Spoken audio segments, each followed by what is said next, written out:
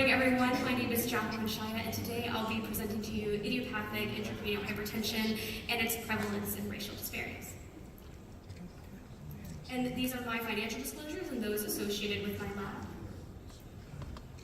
So idiopathic intracranial hypertension, or IIH, is rare, chronic, and costly.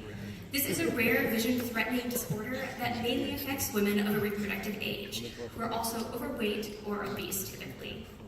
In addition, these patients typically have chronic debilitating migraine, and they have increased rates of depression, anxiety, and a 6 times higher rate of suicidality. Overall, it is very challenging for us to interpret and be able to collect data on the prevalence of IIH within the United States. And when we are able to obtain prevalence or incidence data, this typically is defined by single states, making it very challenging to understand how the prevalence of this condition is changing within our society throughout the United States and how it affects different races and ethnicities. In addition, it is also very important for us to be able to obtain this data so we can obtain appropriate policy research as well as doing public health interventions with different populations if needed. It should also be noted that as of 2014, we did not see any differences among races or ethnicities within IIH. So the purpose of this research was to evaluate the prevalence of IIH from 2015 to 2023. And we did this through utilizing the Trinetics database, which is a large cross-sectional database that has over 85 million patients from around the United States. We further stratified by different age categories, sex and ethnicity, as well as race and sex. So going to our first slide here, what we're seeing is in the red lines, we have all of the female groups. So this is female stratified by race and ethnicity. And then in the blue, this is all the male categories. And we had a 35% increase in IIH within the last 7 years. Importantly, this mainly affected our Black female population, where we had 22.7 individuals per 100,000 being affected by IIH by 2022 in that Black female population. And in the total population, that affected about 10 individuals per 100,000. Importantly, we also noticed that none of our IIH male cohorts had increasing rates, and they appeared to be low, and they stayed fairly consistent.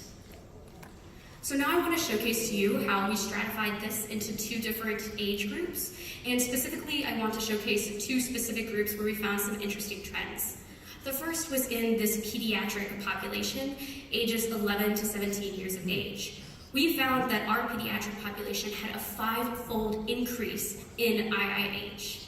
In addition, this majorly affected our white female and our Black female population.